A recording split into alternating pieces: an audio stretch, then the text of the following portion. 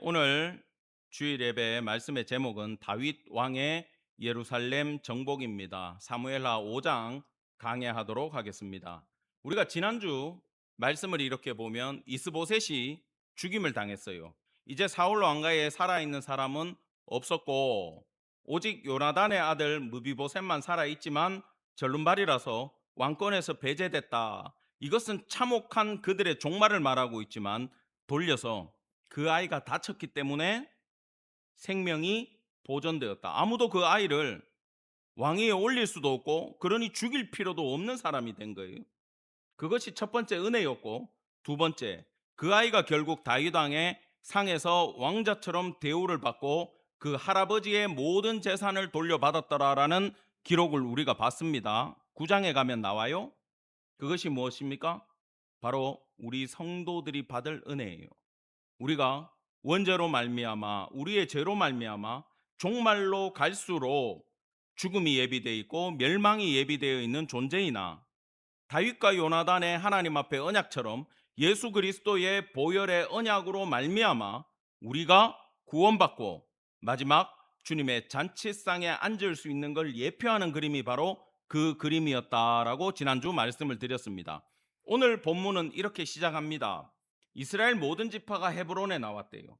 지금 이미 7년 6개월 동안 다윗은 헤브론에서 유다 지파의 왕으로 섬기고 있었어요. 그런데 사울 왕가의 모든 사람이 죽자 이제 이 나라를 다스릴 사람이 없잖아요. 저쪽 서쪽에는 블레셋이 눈 벌겋게 해가지고 지금 이스라엘을 식민지처럼 다스리고 있는 상황입니다.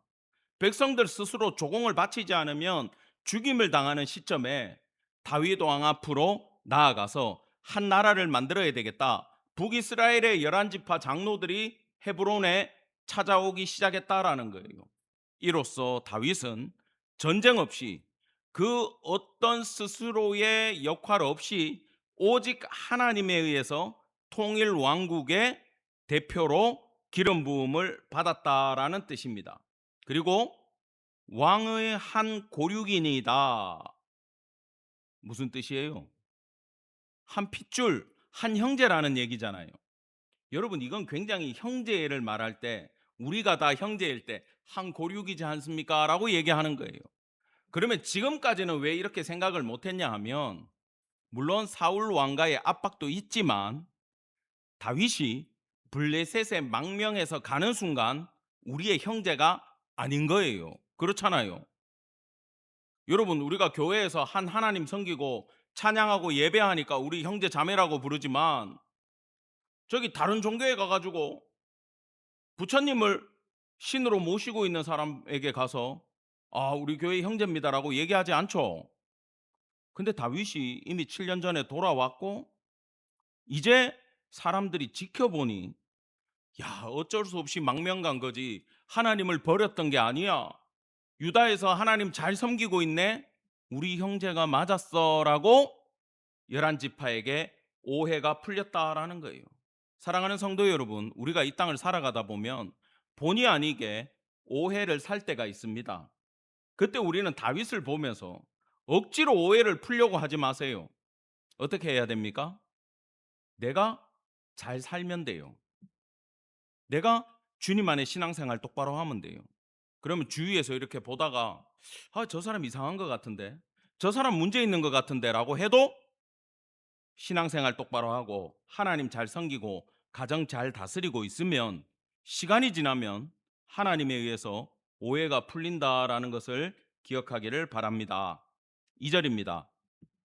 이들이 와서 한 얘기는 이렇게 얘기를 해요. 장로들이 여호와께서도 왕에게 말씀하시기를 내가 내 백성 이스라엘의 목자가 되며 내가 이스라엘에게 주권자가 되리라 하셨나이다. 자, 지금 다윗 당신이 우리 모두의 왕이 되어야 된다라고 하는 하나님의 말씀과 신학적인 근거를 제시하고 있어요. 그런데요, 여기에 우리는 오늘 이 내용은 다 압니다. 목자라는 말에 집중해 보시기 바랍니다. 이스라엘의 목자가 누구예요? 원래 하나님이에요. 근데 하나님은 나라를 다스릴 왕을 선택할 때 한 가정의 목자로 이새의 집에 양을 치던 양의 우리에 있던 다윗을 하나님께서 선택을 했다라는 겁니다. 그래서 다윗의 인생을 보면요, 세 번이나 기름 부음을 받아요.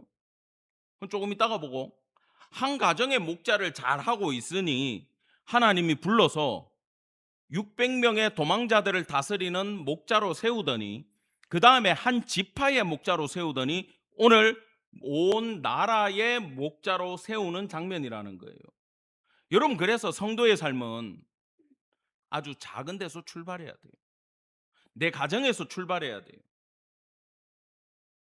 작은 일에 충성하는 자에게 하나님은 착하고 충성된 종아, 네가 작은 일에 충성하였으니 내가 많이 축복하리라 그래요? 큰 일을 맡기시겠다 그러죠. 이게 하나님 스타일이에요. 그래서 우리의 작은 땀이나 작은 수고도 결코 헛되지 않습니다. 하나님 그걸 보시는 거예요. 우리 오늘 권사님 오랜만에 이렇게 오셨는데, 예전에 저희 교회에 와서 저한테 부탁했던 게 있어요. 목사님, 왜 교회에 전도지가 없어요? 그때 제가 전도지 만들 겨를이 없었어. 근데 지금 10개가 넘는 전도지가 있죠. 왜 그러세요? 그러니까 권사님 치과도 다녀야 되고 병원도 다니셔야 되는데 왔다 갔다 하면서 전도하시겠대. 깜짝 놀랐어요. 권사님 그걸 아셨던 거야. 뭐? 작은 손길이지만 주님 앞에 작은 행위를 할 때 누가 보신다? 하나님이 보신다라는 거예요. 그게 전도가 됐든 여러분의 아주 소심한 기도가 됐든, 주님 저 힘들어요, 그것이 진심이면 하나님이 듣습니까 안 듣습니까? 반드시 들으세요. 여러분, 헛된 기도라도 조심하시기 바랍니다. 여러분이 화가 나서 한 잘못된 기도라도 하나님이 들으시면 그대로 역사하시기에 우리는 작은 것에 집중하고 조심하고 작은 일에 충성을 다하는 성도 되기를 간절히 원합니다. 아멘. 자, 3절입니다. 드디어 다윗이 세 번째 기름 부음을 받습니다. 읽었던 본문이라 다시 읽어드리진 않습니다. 다윗에게 기름을 부어 이스라엘 왕으로 삼으니. 자, 세 번 기름 부음을 받았는데 한번 정리하고 갈게요. 첫 번째 기름 부음은 아까 말씀드렸듯이 이새의 집에 있을 때 사울이 버림을 받고 사무엘을 하나님이 보내셔서 찾아간 곳이 바로 이새의 집이에요.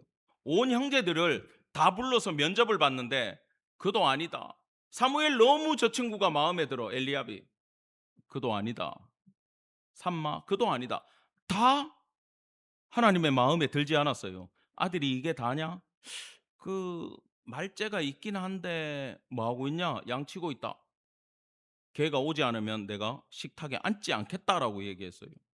다윗이 들어올 때 하나님이 그가 바로 내가 찾는 자라고 하면서 불러다가 기름을 부으시고 이스라엘의 목자로 세우셨어요. 그게 첫 번째 기름 부음입니다. 두 번째는 사무엘하 1장에 나오는 헤브론에서 유다 지파의 기름을 부음 받아서 거기에 왕이 됐어요. 오늘 세 번째로 나와서 기름 부음을 받고 있는 장면입니다. 그러면서 4, 5절에는 갑자기 이렇게 얘기해요. 30세의 왕위에 올라 40년 동안 다스렸다. 이게 다윗의 일생을 그냥 한마디로 얘기하는 거예요. 30세의 왕위에 올라 40년 동안 다스리고, 그럼 몇 살에 죽었어? 예, 끝. 성경은요, 먼저 이렇게 대전제를 세우고 풀어나갑니다. 강론. 그러면 이 40년 동안 왕위는 7년 6개월 유다 왕, 33년 어디 왕? 온 이스라엘의 왕이었다고 하고, 그 이후의 이야기 강론을 풀어나가기 시작한다라는 거예요. 그런데 말입니다, 6절은 길지만 우리 같이 한번 읽어볼게요. 시작. 왕과 그의 부하들이 예루살렘으로 가서 그 땅 주민 여부수 사람을 치려하매 그 사람들이 다윗에게 이르되 내가 결코 이리로 들어오지 못하리라. 맹인과 다리 저는 자라도 너를 물리치리라 하니 그들 생각에는 다윗이 이리로 들어오지 못하리라 함이나. 자, 이 여부수족은요, 옛날에 요수아가 가나안 땅에 왔을 때 얘들을 정복하지 못했어요. 왜냐하면 이 예루살렘이라고 하는 지역은 지대가 높다기보다는 예루살렘 밑에가 땅이 꺼져 있어. 골짜기야. 어차피 거기 올라가려면 골짜기를 내려갔다가 올라가야 돼요. 그러면 위에서 보고 있다가 돌멩이를 던진다든지 활을 쏜다든지 뜨거운 물을 부어버리면 아무도 못 올라옵니다. 그러니까 이스라엘 12지파가 와 가지고도 얘들을 정복하지 못했어요, 과거에. 그리고 수백 년이 흘렀는데 이제 다윗이 저 땅을 정복하겠다 그러니까 통일 기념 사업으로 이걸 시작을 한 거야. 그러니까 여부서 사람들은 웃기지 마라 이러고 있죠. 그러면서 다윗을 비웃어요. 우리가 맹인이고 절름발이라도 다윗 너 정도는 막는다. 아주 크게 비웃은 거죠. 그런데 여부수족에 대해서 우리가 잠깐 보고 가면 노아에게는 셈과 함과 야벳이라는 세 아들이 있었어요. 그리고 홍수 이후에 거기서 후손들이 태어나는데 함의 자식들 중에 가나안이 태어나고 가나안의 자식들 중에 여부스 사람이 있었다라는 거예요. 그러면 이들은 구속 사이에 들어온 민족입니까? 못 들어온 민족입니까? 못 들어온 민족이죠. 그러니까 당연히 다윗은 셈의 후손이니까 정복당하는 건 맞아요. 음. 근데 이 사람들이 알지 못했던 건 다른 게 아니라 따라합시다. 하나님께서 다윗과 함께 하신다. 예, 이걸 이방인들이 눈치채지를 못했어요. 여러분, 이게 무슨 뜻이냐 하면 아무리 제가 옛날에 농담으로 그런 얘기했죠. 학생들 아무리 똑똑해도 누구를 못 이겨. 부지런히 공부하는 학생을 이길 수가 없어. IQ로 공부하는 사람하고 노력으로 공부하는 사람이 있으면 노력으로 공부하는 사람이 결국은 이깁니다. 근데 아무리 노력해도 운 좋은 사람을 못 이긴다 그랬죠. 다 같이 노력했는데 얘만 100점이야. 그 마지막 문제는 아무도 몰라. 찍어야 돼. 딱 찍은 게 맞았어. 그러면 누가 이겨요? 운 좋은 놈이 이기는 거예요, 결국은. 근데 운 좋은 사람도 누구를 못 이겨요? 따라합시다. 은혜 받은 사람. 예, 은혜 받은 사람이 최고예요. 그래서 우리가 잘 들으세요. 자녀들을 위해 기도해 줄 때 한번 따라해 봅시다. 첫 번째부터 불러 드릴게요. 따라할게요. 건강의 복. 이게 첫 번째 기도야. 우리 자녀들을 위해서 건강의 복에 대한 기도를 해 주셔야 돼. 두 번째는 뭔가 하면 따라합시다. 재물의 복. 예, 물질은 나쁜 게 아니에요. 하나님 앞에 어떻게 쓰이냐에 따라서 좋을 수도 있고 잘못 쓰면 나쁠 수도 있어요. 성경적으로 재물이 많으면 망하더라. 하나님 우리 아들 가난하게 해주세요. 이렇게 아무도 기도 안 하죠. 하나님 재물의 복을 주시되 우리 아이가 잘 다룰 수 있도록 은혜를 주세요 그래야 돼요. 세 번째는 뭐냐 하면은 특별히 이제 신혼부부들이라든지 자녀의 복이 있어야 돼요. 자녀의 복이. 음. 영규 형제, 결혼하면 무슨 복이 있어야 된다고? 자녀의 복이 있어야 돼. 아주 훌륭한 자식들 많이 놓길 바래요. 예, 훌륭한 자식은 키운다고 되는 건 아닌 것 같아. 하나님이 주셔야 돼. 네 번째는 지혜의 복이에요. 따라합시다. 지혜의 복. 예, 지혜가 있어야 돼. 근데 마지막이 뭐냐 하면은 따라하십시다. 영적인 복. 예. 나머지 다 있어도 영적인 복이 없으면 어떻게 됩니까? 꽝이죠. 지옥 가요. 그래서 우리 자식들을 위해서 우리를 위해서 하나님 우리 가정에 영적인 복을 주십시오라고 얘기해야 돼. 영적인 복의 대표적인 케이스가 누구냐 하면 창세기 마지막을 장식했던 아브라함, 이삭, 야곱의 아들 누구? 요셉. 영적인 복이 있는 자였어요. 잡혀가고 끌려가고 노예가 되고 죄수가 돼도 영적인 복이 딱 있으니까 하나님이 꿈을 주시고 총리로 세우시고 어떻게 나라를 이끌어야 되는지 알려주셔서 영적인 복으로 말미암아 성공한 아들이 요셉이었다는 거예요. 여러분 그 한 명 때문에 그 한 세대가 다 생명을 구원받았어요. 다윗이 이 영적인 복이 있는 사람이야. 하나님이 함께 해주셔. 하나님이 이러시는 거야. 나는 다윗과 함께 할 거고 다윗을 강하게 만들어 줄 거야. 내가 축복할 거야. 하늘에서 승인이 떨어졌어요. 이걸 여부수 사람들이 막을 수 있나요? 못 막죠. 이길 수가 없다라는 겁니다. 7절입니다. 다윗이 시온 산성을 빼앗았으니 여러분 시온은 무슨 뜻이냐 하면 알고 갑시다. 요새라는 뜻이에요. 다른 게 아니에요. 특별한 이름이 아닙니다. 요새를 시온이라고 불러요. 근데 이제 요새가 아니라 뭐다? 다윗성이라는 겁니다. 다윗이 어떻게 이겼냐 하면 물 기르러 다니는 수로가 하나 있었는데 나중에 히스기야 왕은 이걸 이제 관을 만들어 가지고 지하로 그 땅굴을 파갖고 아주 잘 만들어서 그게 실로암 못하고 이렇게 연결되게 해놨는데 이때는 물을 기르러 다니는 물 통로가 하나 있었어요. 거기로 몰래 내려가서 물을 떠가지고 올라왔어. 그 다윗은 군사 전략가기 때문에 그쪽을 통해서 예루살렘 성을 정복할 수 있었다라는 겁니다. 사랑하는 성도 여러분, 근데 이 산이 무슨 산인지 아세요? 다윗성, 시온산성. 또 성경에 무슨 산으로 불릴까요? 아브라함이 아들 이삭을 번제로 바쳤던 산의 이름이 뭡니까? 모리아산이죠. 이 산이 모리아산이었어요. 그렇다면 다윗은 왜 이 산을 뺏어서 하나님의 나라에 들였고 그의 아들 솔로몬은 여기다가 뭘 짓습니까? 성전을 짓죠. 그래서 다윗이 예수 그리스도의 예표가 되고 아브라함, 다윗의 자손, 예수 그리스도의 세계라고 연결되는 지역이 바로 시온이라는 거예요. 모리아산, 시온산, 다윗성. 나중에 성전으로 변화되는 지명이 이곳이라는 겁니다. 9절입니다. 다윗이 그 산성에 살면서 다윗성이라 이름하고 다윗이 밀로에서부터 안으로 성을 둘러 쌓으니라. 완벽하게 방어를 할 수 있도록 제대로 만들었다라는 겁니다. 여러분, 왜 이 땅을 정복했느냐? 첫 번째 이유는 위치적으로 딱 중앙이에요. 제사 지내러 절기를 지키러 이스라엘 모여라 했을 때 여기 모여서 제사 지내고 여기 모여서 회의하면 딱 좋아요. 모두가 거리가 비슷해. 그래서 이곳을 택했어요. 두 번째는 지형적으로 수도를 방어하기에 좋았다라는 거예요. 세 번째는 이곳은 여부수 땅이었기 때문에 그 어떤 지파의 땅도 아닙니다.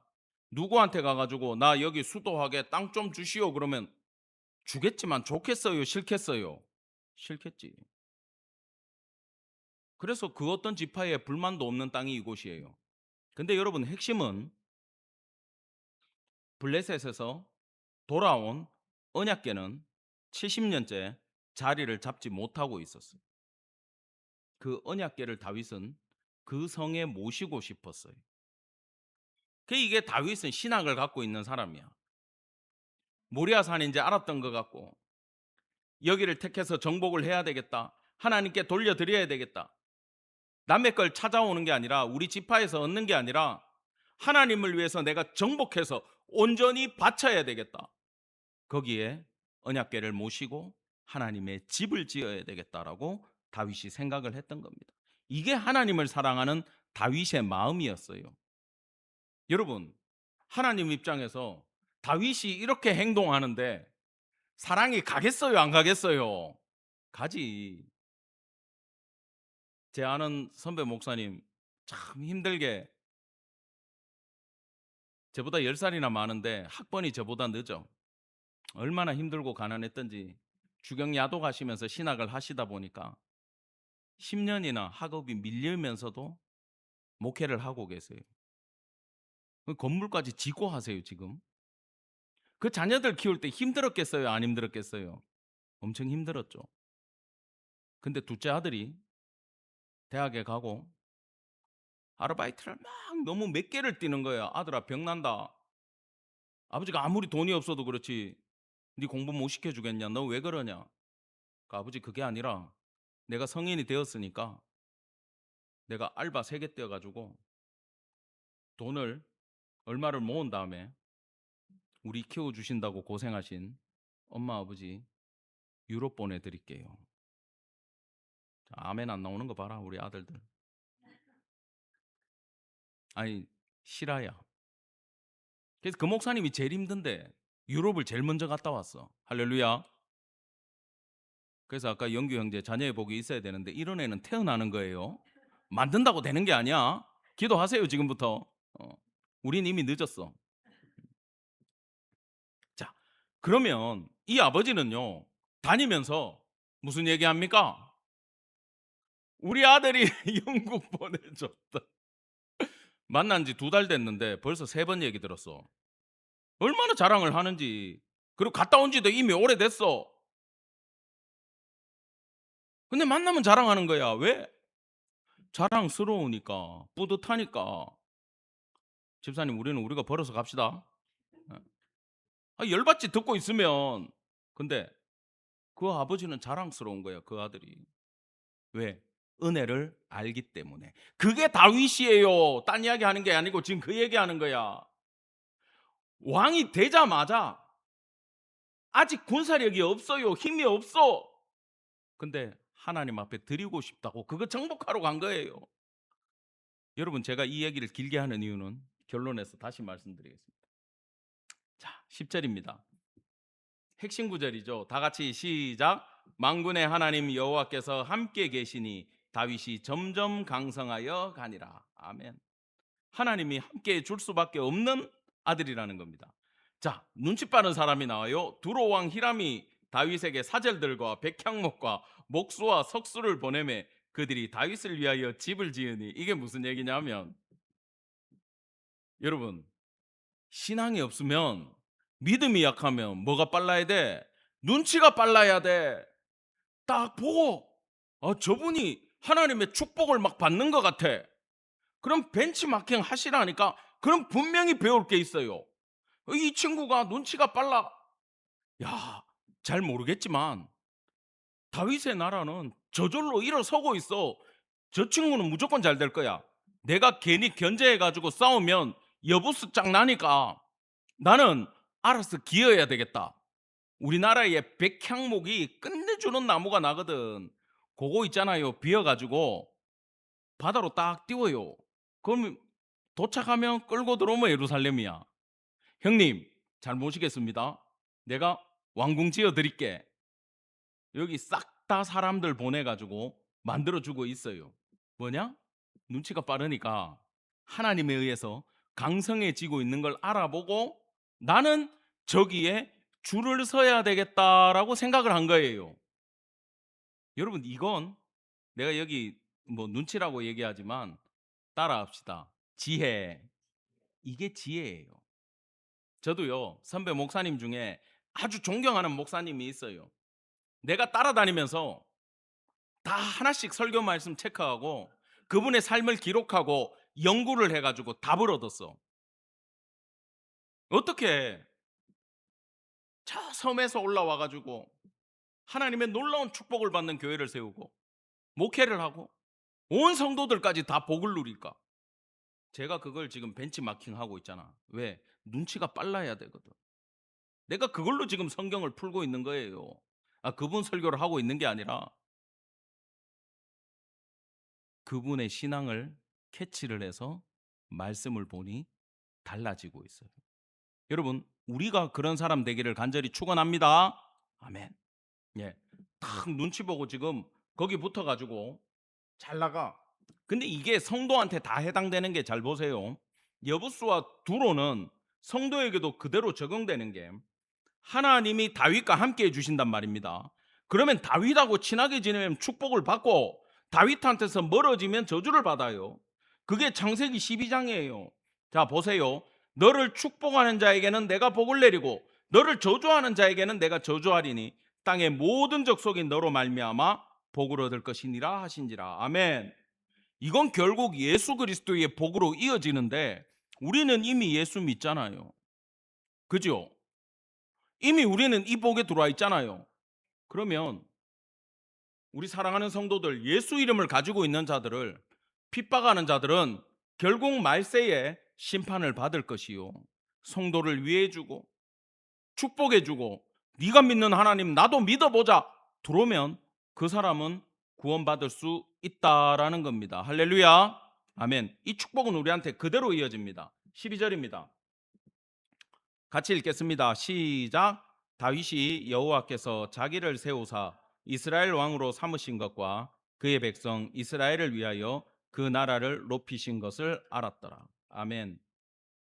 여러분, 잠언 16장 18절에 교만은 패망의 선봉이요 거만한 마음은 넘어짐의 앞잡이라 기록이 돼 있어요. 딱 반대 케이스가 다윗입니다. 내가 지금 잘 나가. 내가 지금 부강해져. 다른 사람이 와가지고 우리 집을 지어줘. 모두 다 하나님의 뜻입니다. 하나님의 은혜입니다. 주께서 허락하셔서 되는 겁니다. 왜요?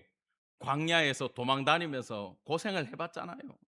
뭐 하나 주어지는 게 은혜 없이 들어오는 게 없다라는 걸 알아요. 그런 내가 하나님에 의해서 12지파의 왕이 되고 이런 축복을 받다니 이건 모두 하나님의 은혜입니다라고 생각해요. 근데 하나님은 이런 사람 사랑합니다.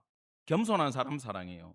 근데 교만한 자를 왜 하나님은 치시냐 하면 교만이라는 죄의 특성 때문에 그래. 모든 죄보다 이 교만은 하나님의 영광을 가로채는 행위이기 때문에 하나님은 영광에 사는 분이에요. 그분의 영광 때문에 우리를 축복하시고 당신 이름 때문에 우리를 구원하세요. 아시겠어요? 어떤 분인지? 왜 우리 사랑한다고? 당신 이름 때문에 약속 때문에 우리 사랑한다니까. 예수님이 확 저질러 버리는 바람에 우리 사랑 안 하고 안 되는 거야. 하나님 무조건 그 약속 지키세요. 근데 그 영광을 가로채 봐요. 하나님이 봐주시나. 절대 여러분 교만을 조심하는 성도 되길 바랍니다. 하나님의 은혜를 아는 것이 성공의 비결입니다. 13절부터 이 16절의 말씀은 다윗이 예루살렘에서 낳은 아들들이 기록되어 있어요.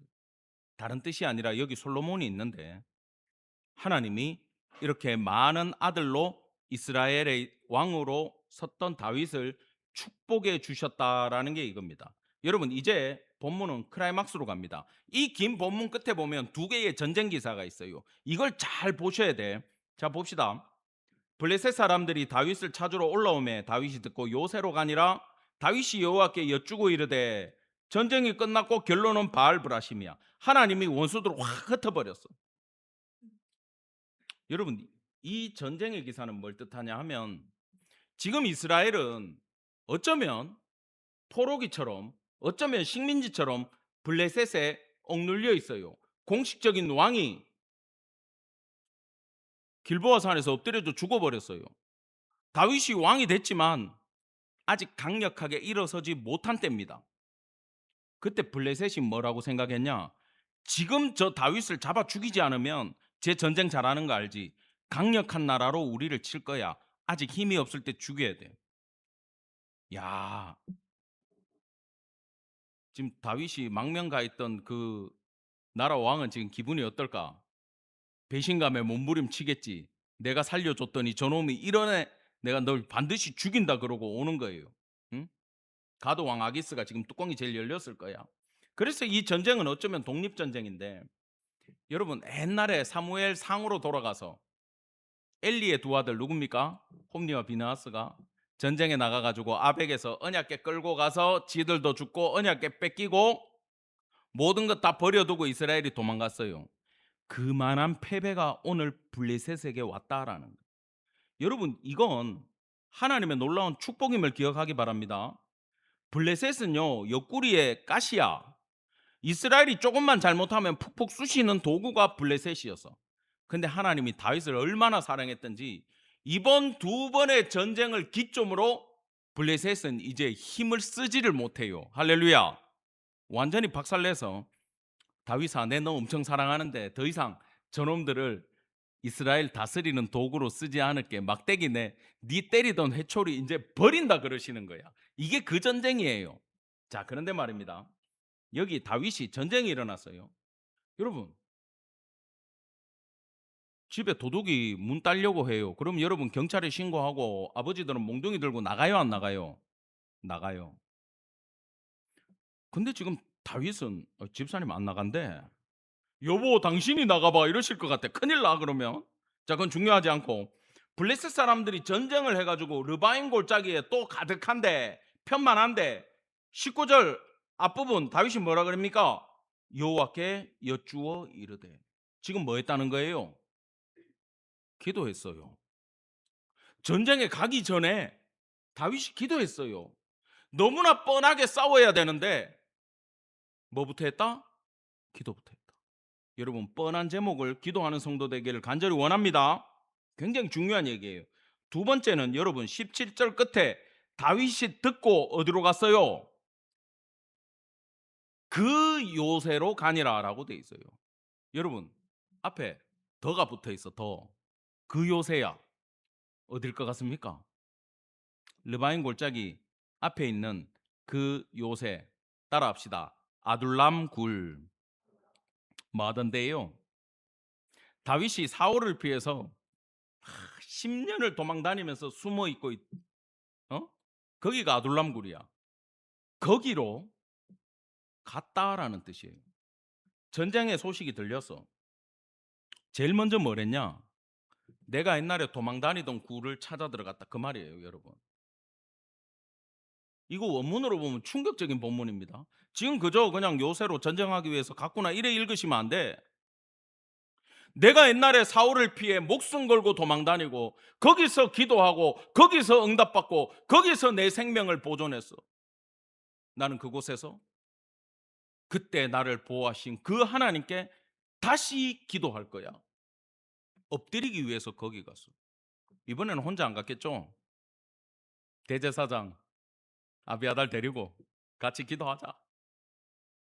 장로들 데리고 군인들 데리고 다 같이 거기 들어갔을 거야. 우리 기도하고 시작합시다. 하나님한테 물어봅시다. 사울을 피해 도망 다니면서 여기서 하나님 응답하셨어요. 그때 하나님께서 적들을 네 손에 붙여줄게. 이번에 아주 박살내는 거야. 없애버려. 할렐루야. 그렇게 응답을 해주셨다. 사랑하는 성도 여러분, 다윗에게 아둘람 굴과 같은 자리가 있습니까? 나의 환난의 때에 엎드렸던 기도의 장소가 있습니까? 여러분, 그 자리가 있기를 간절히 축원합니다. 제가 선배님들 교회에 이렇게 다니니까 하도 따라가지고 헤어진 방석이 있는데 새 방석도 많이 있는데 그 방석이 그대로 있어. 강대상 밑에. 왜요? 무슨 자리예요? 무릎 꿇었던 자리예요. 그 버리지 않더라고. 그러면서 선배님이 얘기하시더라고. 이 목사, 나는 힘들면 저 방석부터 본다 그래. 왜요? 아니 낡아서 좀 바꿔 하나 사드릴까? 아니, 전 상징이야. 무슨 상징? 내가 저기서 기도해가지고 응답받았던 상징이야. 나는 저 방석만 보면 힘이 난다. 내가 그 얘기를 듣고 이 아둘람굴이 이해가 되더라고. 여러분, 내가 이래 보니까 앉는 자리들이 정해져 있어. 새 신자가 와가지고 자리 안 뺏기면 거의 다 자기 자리에 앉아. 그 자리에서 금요 기도회 하고 예배 드리고 응답 받으시기를 간절히 바랍니다. 아직은 자리가 많아서 경쟁률이 별로 없네. 교회가 워낙 크다 보니까. 그러면 각자 자리에 앉아가지고 그곳에서 기도하고 응답을 받아보세요. 그러면요, 힘든 일 생기면 어디가 생각날까? 내 예배의 자리, 내 기도의 자리가 생각나는 거예요. 거기로 달려가는 임마누엘 성도 되기를 간절히 바랍니다. 집이 멀다. 그럼 어디 만들어야 돼? 맨날 그 상 펴놓고 성경책 펴놓고 옆에 아이패드 놓고 저 텔레비만 보지 말고 뭐 하셔야 돼? 기도하셔야 돼. 아, 저 자리는 잘 놔둬야 돼. 왜? 우리 엄마 기도하는 자리야. 저 자리는 우리 아버지 성경 읽던 자리야. 그것이 가정에 있기를 간절히 원합니다. 아멘. 자, 두 번째는 여러분, 이제 다음 전쟁은 이렇게 일어나요. 23절입니다. 다윗이 여호와께 여쭈니 이르시되 올라가지 말고, 또 쳐들어왔어요. 지금 그 전쟁이 끝나고 또 쳐들어왔어. 올라가지 말고 그 뒤로 돌아서 뽕나무 숲을 맞은편에서 그들을 기습하되, 자 24절 다 같이 시작. 뽕나무 꼭대기에서 걸음 걷는 소리가 들리거든 곧 공격하라. 그때의 여호와가 너보다 앞서 나아가서 블레셋 군대를 치리라 하신지라. 아멘. 이번에는 그들 뒤로 돌아가래요. 우회 기습 공격을 하되 정면으로 부딪히지 마라. 저놈들이 지금 전력을 모두 다 모아서 왔다 그 뜻이에요. 부딪히면 다윗이 밀려. 하나님이 도와주려고 마음 먹었어. 니들은 돌아가서 기습해라. 그런데 함부로 기습하지 말고 지금 뽕나무 꼭대기야. 뽕나무가 꽤 커요. 근데 그 꼭대기에서 행군하는 소리가 들리면, 진군하는 소리가 들리면 그때 공격하라. 왜냐하면, 이 그때에라는 말은 왜냐하면으로 번역이 돼요. 왜냐하면 여호와 내가 너보다 앞서서 쟤들을 칠 것이기 때문이다. 그러면 선제 공격을 누가 하겠다는 겁니까? 하나님의 군대가 먼저 치고, 이건 영적인 얘기가 아니에요. 실제로 하늘 군대가 와서 진군하면서 쳐버리고 그 다음에 너희가 뒤처리해라, 그 얘기입니다. 여러분, 어떻게 하나님하고 이렇게 친할 수 있어요? 얼마나 축복을 받았으면 하나님이 야 내가 해결할게 뒤따라오라고 얘기하겠어. 여러분, 근데 그건 그럴 수 있지. 하나님이 먼저 쳐줄 수 있지. 근데 여러분, 신기하지 않습니까? 하나님이 여러분한테 이렇게 얘기하면 나는 들을 수 있다. 손 들어봐. 손 내리세요. 집에 가는데 하나님이 갑자기 차에 딱 앉아가 시동 거는데, 김집사 이번에는 국도를 타지 말고 고속도로로 가라, 이 얘기잖아. 들을 수 있어요? 나는 못 듣겠던데. 여러분, 이건 실화지만 극단적으로 무슨 얘기인가 하면 따라합시다. 하나님과 다윗은 친밀했다. 여러분, 이게 신앙의 끝이에요. 하나님이 나 너 사랑한다 이것도 괜찮은데, 하나님이 어디 가가지고 야 나는 박 집사하고 친하다, 나는 김 권사하고 친하다, 나는 이 장로하고 친하다 그래봐.